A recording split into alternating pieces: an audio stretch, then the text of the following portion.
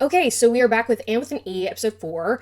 This is my look for today, my braid hairstyle, my old-timey inspired look. I used to think it was overkill when YouTubers were like, subscribe, but once I started making videos, I was like, oh my god, there's so many people that just don't subscribe, and I've been conscious of it since, and find myself loving channels, but then being like, oh fuck, I didn't subscribe to them, and watching multiple of their videos and not subscribing. So if you do like my videos, if you do watch them, and you're not subscribed, definitely subscribe. That'd be period. That'd be period. Thank you. And again, and with an E, the reason why I'm doing this really is the reception. So again, if you're liking these, keep commenting, keep letting me know. Let's keep talking about it. Let's have a little community, a little dialogue. And there was someone who asked about whether or not I have a Patreon where they could watch specifically and with an E. And it's funny because I considered making one a while ago when I wasn't sure that I was going to even continue doing them at all. I was like, well, maybe if there's a few people that really want to watch it, maybe I'll do it and put it on a Patreon. But I just didn't know that that was going to be a thing. I didn't know if there was anyone that would actually want that. So since somebody asked about it, I definitely want to put out feelers and be like, does anybody want to see, would anybody, do that? It wouldn't be expensive. And see full length reactions to Anne with an E and uncut. You'd get it earlier too than whenever I would be posting on YouTube because it's, it takes less time because you don't have to edit it. If there are people who would like that and want to see more Anne with an E reactions, definitely let me know. And I am very amenable to making that happen. So just wanted to put that out there and ask and know your input. Okay, so let's get into episode 4 of Anne with an E. Oh, Gilbert. I didn't know you were a labor man. You strike me as an intellectual type. Are they doing this for school? Okay, so child labor. Love that. Even though you're strange and plain. Isn't she supposed to be collecting the eggs? If she doesn't go back to school soon, you may have to send us both to the loony bin. I don't want to return from Rachel's to find Green Gables a smoldering ruin. I will. What? I mean, I won't. I mean, it won't. I mean, I like that she feels comfortable enough to kind of be, not that she's ever, hid her personality, but I don't know, I feel like there's a level of comfort to the way that she's behaving right now that is indicative of her feeling more at home and accepted, it's a permanent position in her home, rather than something that could, be taken from her. Since you've asked for my advice, Marilla, Rachel's I thrilled. would humor her a little while longer. Bright as she is, she had such a difficult start in life. She isn't always equipped for certain things. Oh my god, Marilla. I have to stand. It's hard to have lofty ideas when you're stuck in the kitchen all day. That is true. Her mind's kind of too active. Although, I mean, her mind has occupied itself for so long, so she might be able to do that, but now that she has an outlet that might be actually helpful for stimulating her mind and educating her, she might end up choosing to go back all on her own. The train? And oh no, Anne, I'm begging you. I am begging you. Oh, girl, I get it. I sympathize, but get out of your little trauma spiral right now. Today, I'm going to climb the ladder to reach No. the highest shelf. Oh, dear God. Oh my god. Anne! Maybe I'll talk about this at the end, but It is idle, Anne. I actually think this is a good thing. It's a good indication for the way that she feels comfortable. This has gone on long enough. Oh no, Marilla. Strange at all. In fact, she's embraced for Now me. she's gonna push it. I'm going back to school tomorrow, and that's final. The trials and tribulations of being a parent and a child. And it's so hard to know what the right thing to do as a parent is. Whether pushing your kid is the best thing for them or giving them more leeway. But if you do that, does that just do they just never learn and grow? And, it's difficult. I hate it when she's upset, is all. You're happy because she's inside right now. Such a dad, such a sucker. Daddy's girl. Move, you little scarecrow. Nothing but a miserable piece of trash. Don't worry, Anne. I'll always be your Katie. Oh, Katie, is that you? is that an actual person or someone that she invented? I mean, it's her voice saying that, but... And remember your quote. If all the world hated you and believed you wicked, but you didn't condemn yourself, whatever it is, you would not be without friends. I'm sorry I had to leave you, Mrs. Hammonds. Oh. You have no idea how grateful I'd be if you visit I keep going back and forth. Is this a real person or an imaginary person? Good cop, bad cop. You need someone that's more disciplinarian, more strict, structured, and someone that is more sympathizing. But I think it's hard for kids to understand that both are in their best interest and both are of service to them. I mean, you could probably skip, right? Not like there's much way to get a hold of the parents and be like, oh, they didn't come. And obviously if she hasn't been coming, then her attendance wouldn't be expected. She'll get used to school soon enough. Same as all the other children. But She's not like all the other children. Anne's not like the others. You're too soft with her, Matthew. She'll learn to like it, and that's that. Marilla! Anne? I'm sure you're both wondering how the school day went. I'm pleased to report She didn't know, it did wasn't she? as bad as I thought. I enjoyed myself. Well, that's just fine.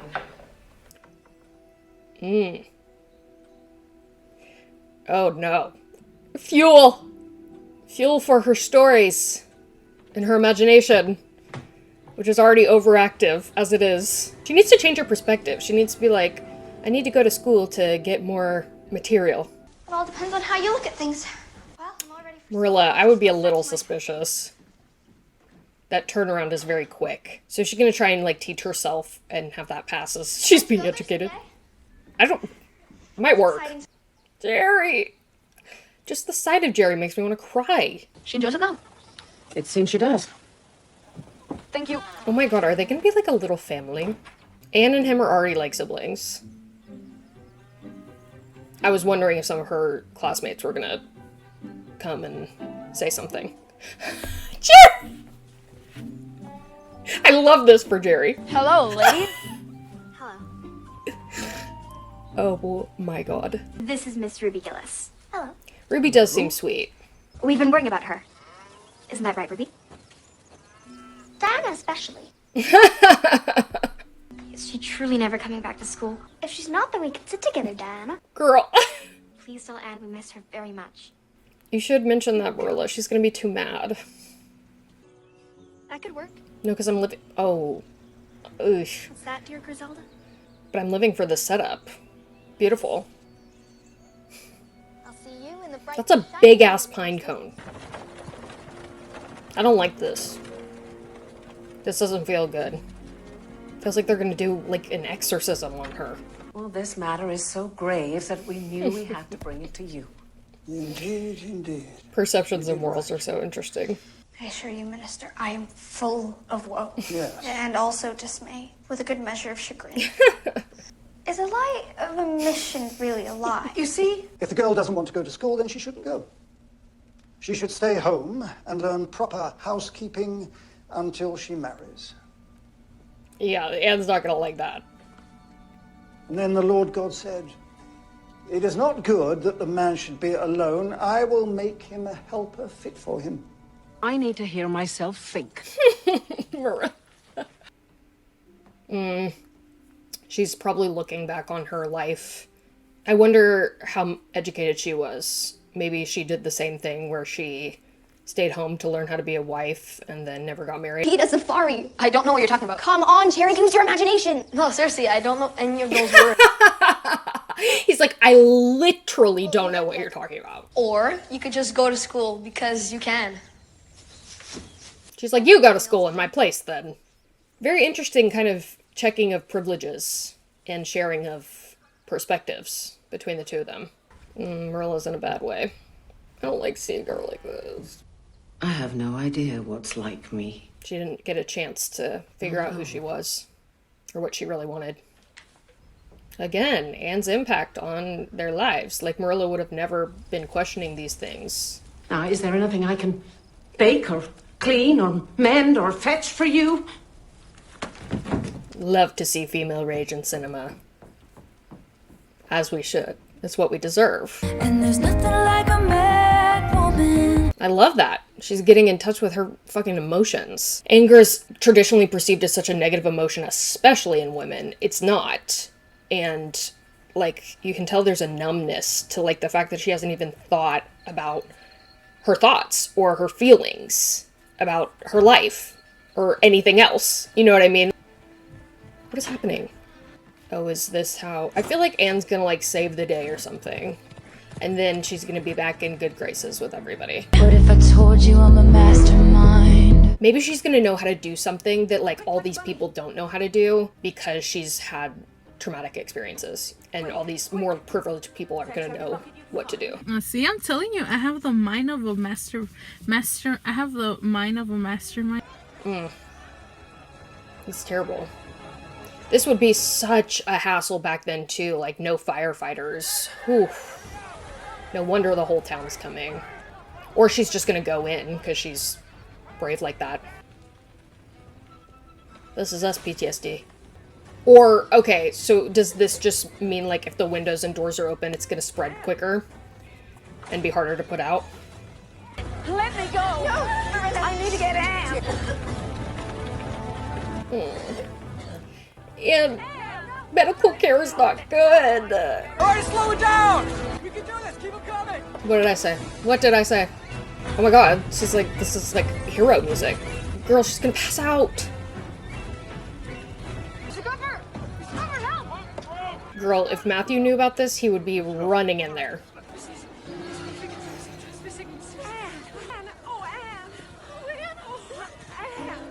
Oh my word.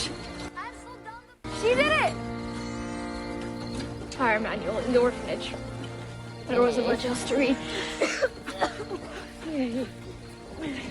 Oh my god, I love seeing Marilla be, you know, affectionate and emotional. Okay, his future parents-in-law. Maybe he could be a firefighter. We thank thee for watching over us. Aww. Now they're bonding. They're getting the, like, amicable side of siblings or friends. It seems like a very, like, actually nice community. Anybody that seemed bad has kind of ended up being just, you know. Anne and Ruby can get to know each other better. No. Ruby. Ruby? I don't want to stay there. I'll never live it down. Please don't make me. She's scared about the aspersions that'll be cast on her. No, Ruby's still crying! It's alright. Don't worry. I'm sure no one will... And such a sweetheart. She's, like, ostensibly just really was kind of mean and offended her, but... And with the empathy. And with the selflessness. Now up to bed with both of you. You should be getting checked out at a hospital, but since that's not an option, yeah, sleep. I have a lovely gable room. The cherry tree is ever so friendly. She's like, I'm gonna turn crazy here. Oh. Princess Cordelia. Well, and velvet with puff sleeves and ever so many flounces. Oh, she's gonna cheer her up. It's like TV. All my dresses will be ruined from the smoke. You can borrow one of mine. I have two. She's like, no, I'd rather die. Maybe you could start by imagining what color you want your room to be. I know for a fact that it's good to have things to look forward to. It's a great point. Good little coping mechanisms to be teaching What color do you like? other people. You can see Gilbert. Diana thought he'd cut quite a heroic figure putting out the blaze on your behalf. On my behalf? She's like, I didn't think of it. Yeah, I didn't think of it like that. Oh my god, he saved me. He did this for me. I am not a Gilbert Blythe fan. That's what they all say. That's what they all say, Anne. Oh, bless Ruby. I know the feeling. It's a freak and her new twin sister. Did Gilbert just say that? Oh, no. Girls are so useless. Guess you should have stayed home in the kitchen, eh? Go home and bake cookies. Headline. Leave the men to their work. Why don't you give me that hammer and I'll finish the job myself? If you're too busy being a bully to get it done! And they brought y'all baked goods, too. Apply to being a woman. Thank you, Gilbert. Oh, no. Come on, Ruby. Oh my god, it's so Shakespeare. You know what I mean? Very Midsummer Night's Dream, which I love. Right, Minister. Honesty is the best policy, and it's also very satisfying. He's like, I didn't tell you to do that. I didn't tell you to, I don't know, point out the inequality between men and women. Huh.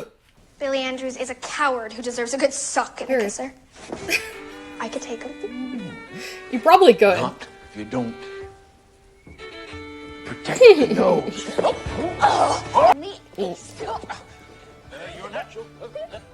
Will the madness never cease? We were so close. We were so close to me not tearing up this episode. The inaugural meeting of the Avonlea Story Club is Oof. deliciously secret and scrumptiously exciting. You have such a way with words. I hardly know what you're saying half the time. Neither does Jerry. Neither does anyone, it seems like. Other than Gilbert. It seems like her and Gilbert are on the same playing field, intellectually. She's gonna miss Anne. Oh, so school was put on pause so that the community could help rebuild. I miss you, Anne. Ruby. Is this what convinced her to go back? I thought that was Marilla for a second. Mother like daughter. They're matching those sleep braids. Oh my god, is she gonna sleep in here tonight? Delusions! Or just confide in her? Either way. You should decide for yourself what you want to do. Period. And be. Absolutely. I'm so excited for Marilla on this journey. What is she gonna do? Who's she gonna be? In my day, we didn't get to choose. It's very generational trauma, though. Marilla, you don't understand. You're breaking the cycle right now. Don't let me see that teacher's face. Settle down. Don't make me ask you again. Can Anne become an investigative journalist and put this man in prison, maybe? Maybe that's her calling. You know what I mean? She's inquisitive. And observant, that's for sure. She's here. Anne! I missed you so much. Anne Shirley Cuthbert. Oh my god, even the demon man was like, glad you're back. Take a seat. Settle down, settle down. Okay, so another good episode. I really enjoy the kind of like complexity and the layers that are being added to each thing. I'm trying to think kind of backwards. So the last thing that I was saying, I didn't want to interrupt the scene, but you know, it's a very interesting thing to have Marilla be kind of discovering things about herself. Anne is not conventional, right? So like the things, the way that Anne behaves is really, and I said this at the beginning, she's going to be the type of character, the type of protagonist that changes people around her. And that's definitely on display here. Marilla said something about, in my time, we couldn't do that. The truth is, in this time, it's still not a thing. The only reason that it's even occurred to Marilla, or become a possibility in her mind, is because of Anne. And Anne's unconventional thoughts and approach to life, the scope of her imagination. And that was only brought into Marilla's life as an option, as a possibility, because of Anne's imagination and because of her vulnerability.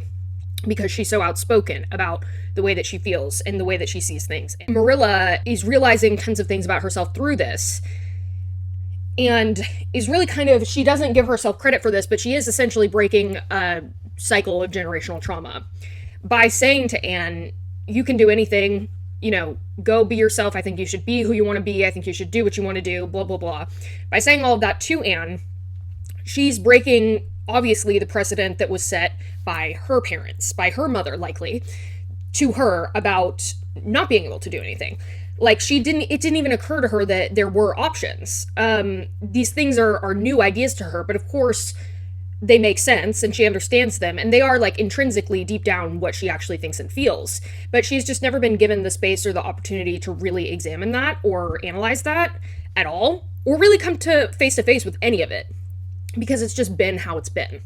So Anne bringing that into her life like opens up new possibilities, but Marilla in and of herself is doing an impressive job of being receptive to that, and whether she realizes it or not, you know, I just found it funny because I was like, well, I mean, the options are, like, generally speaking, in this time, the options are not that open for women. You know what I mean? It's not really, it's not as if this is in 2023, okay? Like, it's not, and even in 2023, there's so many issues, but it's not like this was a time where, yes, women can do anything and be anything they want. That just was not it. It just was not what was happening socially and culturally during this time.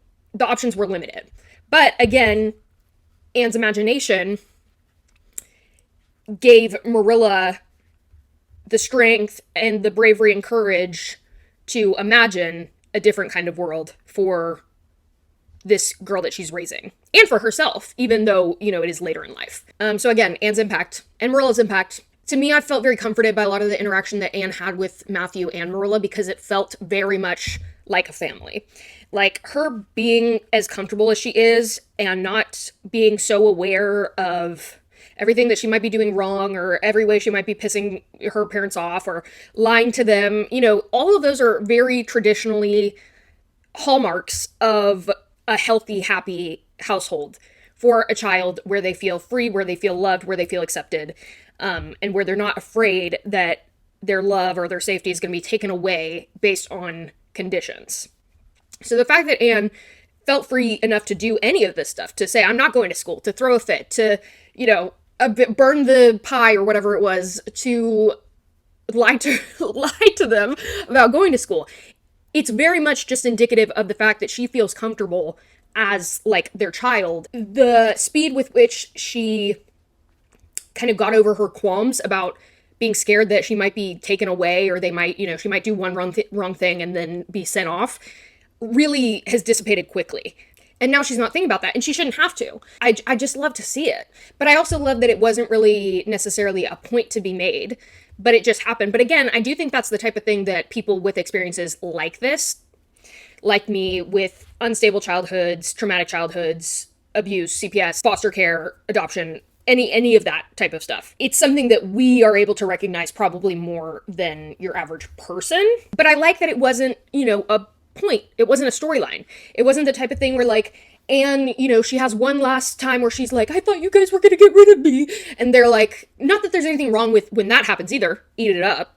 But it wasn't like, you know, I thought you guys were going to get rid of me if I didn't do this. And then they're like, of course we wouldn't. We would never get rid of you. You're part of our family now. And then she kind of gets comfortable and starts acting like it. And the show reflects that. So that happened without it being announced that it was happening, or it being a big, like, moment, which I really liked, and just shows a very kind of, like, subtle progression. It's a very good indication of how much of a family they actually are and how safe they make Anne feel, which is very touching. So those were, like, the big takeaways. I definitely am seeing a pattern of, like, people that might be introduced with not the most favorable first impression definitely get more depth, get more layers. Ruby was funny this episode. She was funny. And she's sweet. I can tell she's sweet. While a part of me is, like, annoyed at some of the things she was doing, I also completely understand. Like, she's in a tough position because nobody wants to be excluded. Nobody wants to be a social pariah. Nobody wants to be out of, like, public favor. And Ruby hanging out with Anne very well could do that. And it is just more of, like, a self-protection thing. But by the end of it, obviously, she's running and hugging Anne and is happy that she's back and doing that in front of everyone. And Diana was very sweet, coming to the house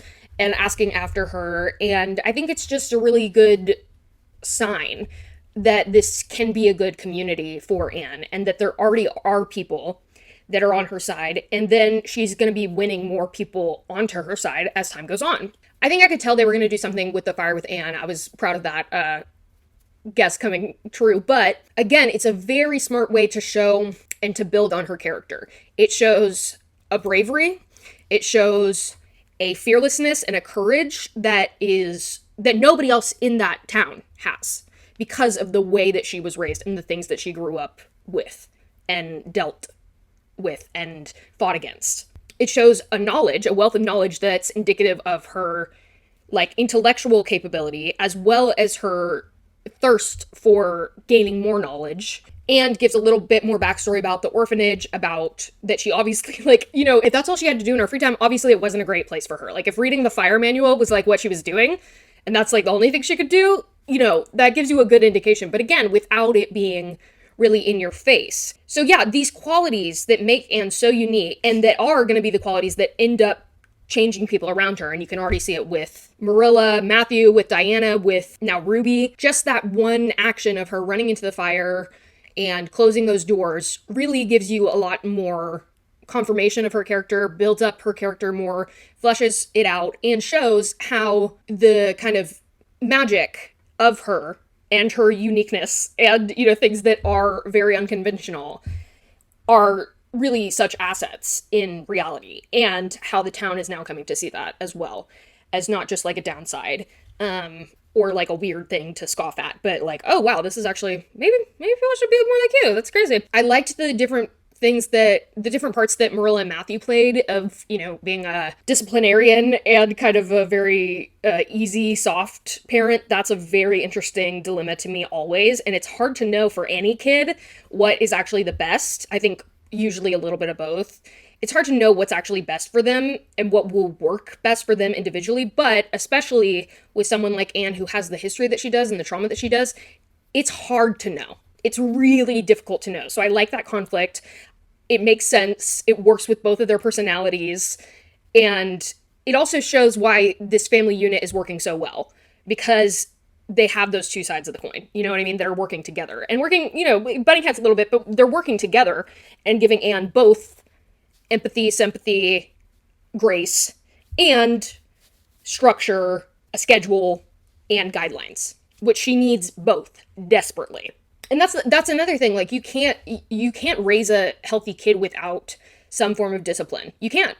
You will get, you'll be given a whole host of other problems if you have no discipline ever.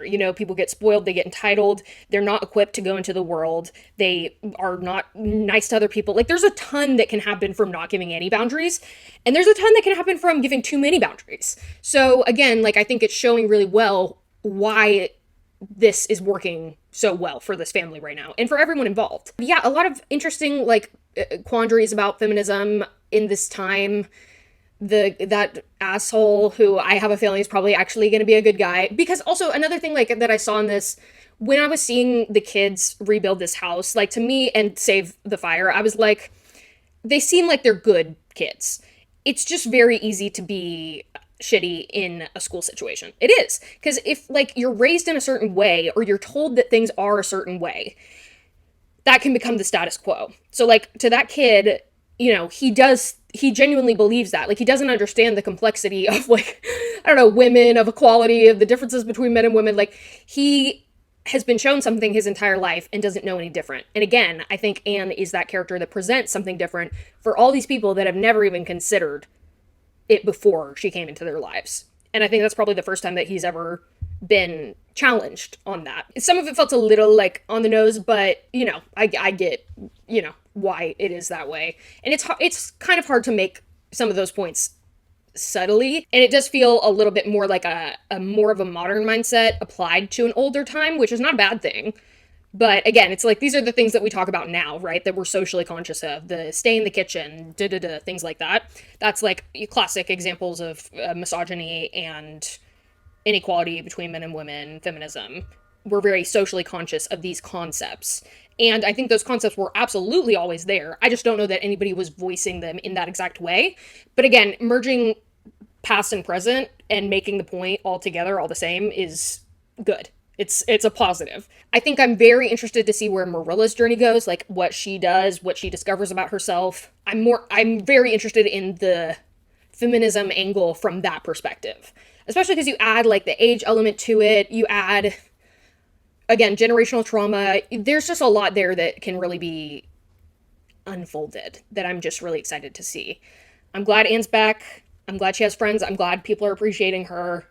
Everything right now is kind of set back to normal and actually better than they were at the beginning. Yeah, I'm excited to see what is next. But I just really appreciate the show. It's very well fleshed out, very well written, very smart, and makes a lot of really great points and is very character driven.